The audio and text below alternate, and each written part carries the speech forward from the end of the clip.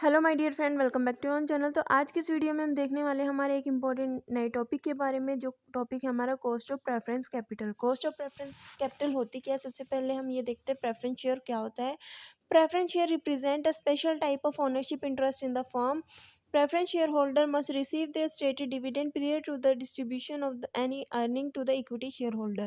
यानी कि यहाँ पे जो हमारे प्रेफरेंस शेयर होल्डर है उनको क्या मिलता है? एक फिक्स अमाउंट ऑफ डिविडेंड मिलता है।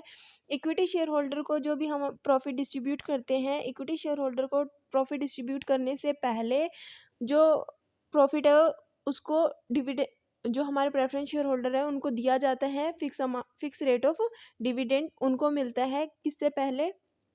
इक्विटी शेयर होल्डर से पहले प्रेफरेंस शेयर होल्डर्स को डिविडेंड उनका मिल जाता है। Preference shares are very much like the bonds और debenture with fix interest payment. यानी कि जो हमारे प्रेफरेंस शेयर होते हैं वो किसकी तरह होते हैं? वो होते हैं हमारे बॉन्ड्स या डिबेंचर की तरह होते हैं, क्योंकि जो हमारे प्रेफरेंस शेयर होल्डर होते हैं उनको एक फिक्स अमाउंट ऑफ डिविडेंड मिलता है। ठीक है, फिक्स इंटरेस्ट पेमेंट की जाती है। किस तरीके से हम कॉस्ट ऑफ प्रेफरेंस कैपिटल को निकाल सकते हैं? आपके सामने जो फॉर्मूला है उसका यूज़ कर सकते हो, डिविडेंड अपॉन में market price minus issue cost. ठीक है, ये हमारा फॉर्मूला है जो हम यूज़ करते हैं प्रेफरेंस कैपिटल की कॉस्ट को कैलकुलेट करने के लिए।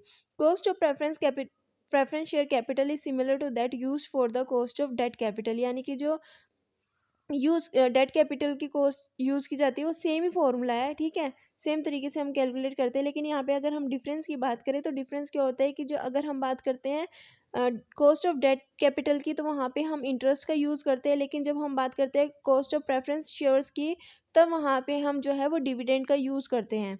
ठीक है, तो dividend is not mandatory and it does not create legal obligation like debt. यानी कि अगर हम बात करते हैं कि अगर एक कंपनी डेट रेज करती है मार्केट से, उसके ऊपर कंपनी को फिक्स रेट ऑफ जो है इंटरेस्ट पे करना पड़ता है। अगर कंपनी ने प्रॉफिट अर्न किया है नहीं किया है उससे मतलब नहीं है, कंपनी को फिक्स अमाउंट ऑफ जो है वो पेमेंट करनी पड़ेगी, इंटरेस्ट रेट जो है पे करना पड़ेगा। लेकिन ऐसा डिविडेंड के केस में नहीं है। डिविडेंड के केस में कोई ऑब्लिगेशन नहीं है कि फर्म को जो है पेमेंट करनी है डिविडेंड की।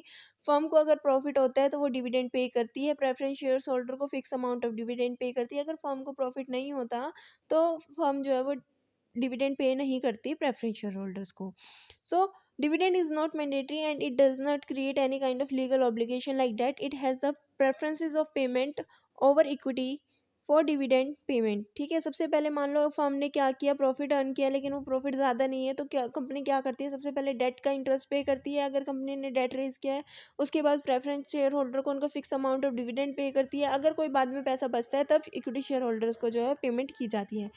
तो therefore without paying dividend to preference shares they cannot pay anything to equity shareholders। तो सबसे पहले प्रेफरेंस शेयर होल्डर्स को उनका fix amount of dividend pay किया जाता है, उसके बाद ही इक्विटी शेयर होल्डर्स को जो है वो पेमेंट की जाती है।